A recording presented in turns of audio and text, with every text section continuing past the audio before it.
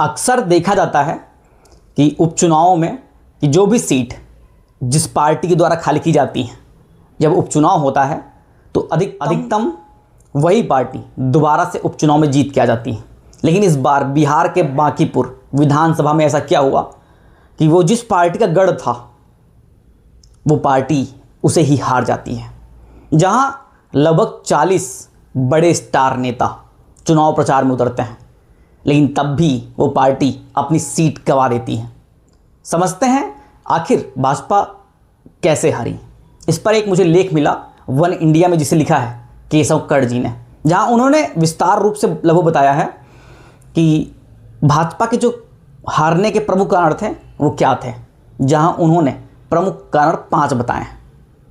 जहां उन्होंने बातचीत की है कि एक ऐसी पार्टी जो महज 8 महीने पहले विधानसभा चुनाव जब हुए उसमें 238 सीटों पर उतरती है और 200 के 38 वो हार जाती है, लेकिन महज 8 महीने बाद वो उस सीट को जीतती है जिसे एक पार्टी का गढ़ माना जाता रहा है, यानी भाजपा का गढ़ माना जाता रहा है।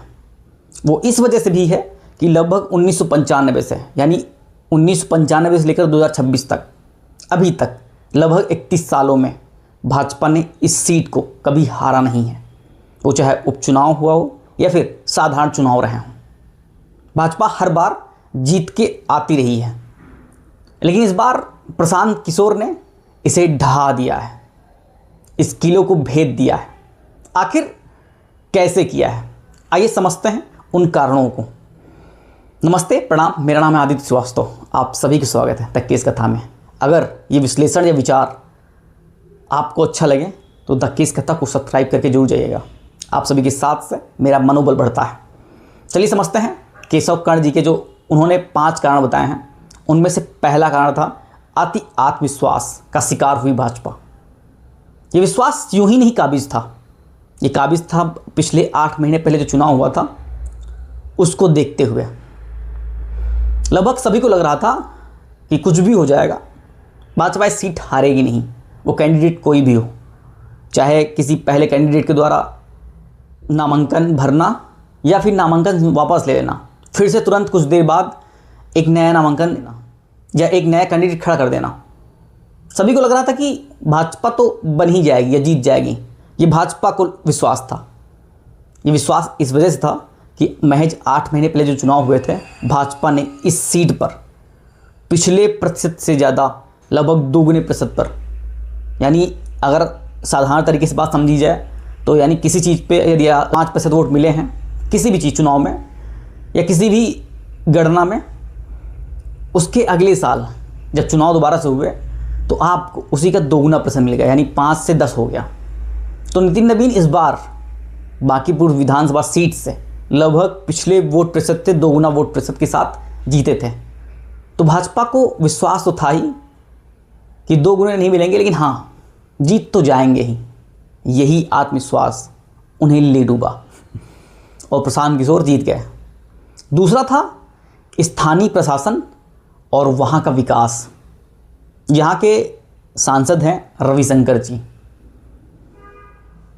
जो अपने लेख में बताते हैं कि जब रविशंकर गलियों में, सड़कों में जब वोट मांगने जा रहे होते हैं तो वहाँ पर कई जगह जल भराव मिलता है, काफ़ी सारी दिक्कतें मिलती हैं, जिस विकास को देखते हुए लोग कहते हैं कि इस बार नहीं, अब और नहीं।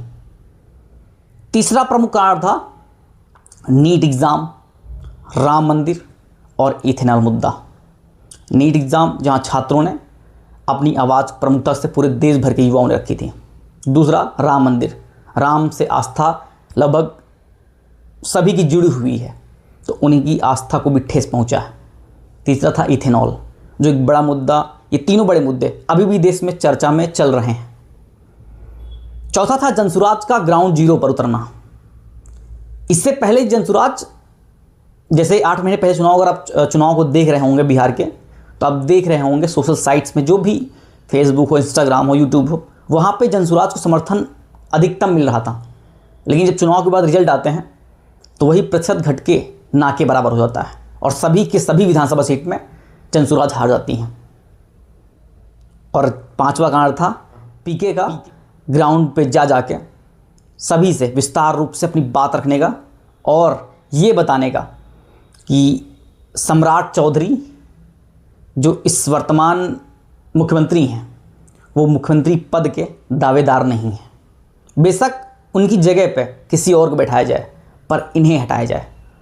और तीसरा कारण इसी में और भी था कि प्रशांत किशोर अपनी आवाज़ जो रखते हैं वो कहते हैं कि कोई भी विपक्ष में ऐसा नेता नहीं है जो प्रमुखता से आप सभी की आवाज़ रख पाए।